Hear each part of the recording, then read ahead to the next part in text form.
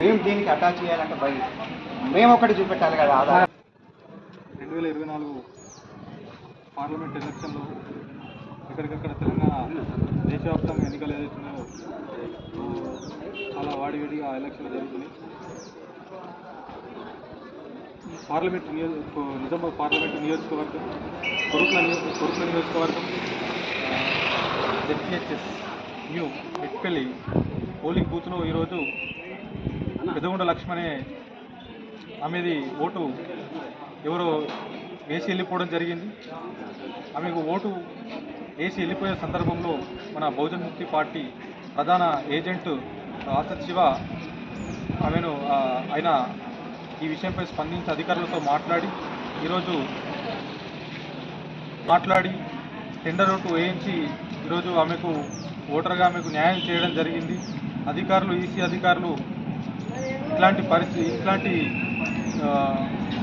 సంఘటనలపై స్పందించాలి. ఇట్లాంటి ఓటు ఆమె ఉండంగానే ఒక ఓటు ఆమె ఉండంగానే ఆమె ఓటు అనేది ఇంకా వేరే వేసుకోవడం అనేది చాలా దారుణమైన విషయం.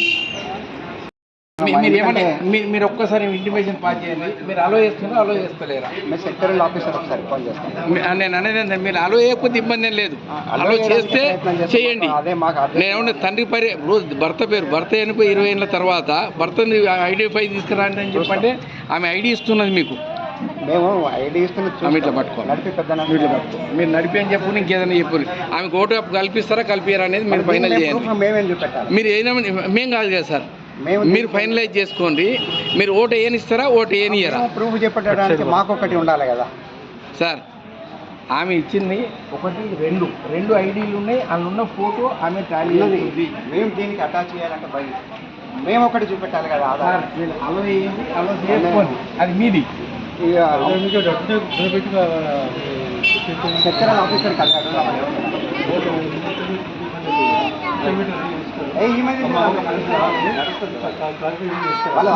సార్. మీరు అలో వేయండి, చేసుకోండి, ఏదో ఒకటి చెప్పేస్తే మేము వెళ్ళిపోతాం. ఇంకోటి ఏం లేదు. ఒకసారి మాట్లాడండి, మీ పై అధికారితో మాట్లాడి చెప్పండి. అంటే మేము మళ్ళీ వాళ్ళకి ఎవిడెన్స్ పెట్టేటప్పుడు మేమైతే మీరు ఏ కూడా ఎవిడెన్స్ పెట్టేది అయితే ఛాలెంజ్ నోట్ వేస్తారు.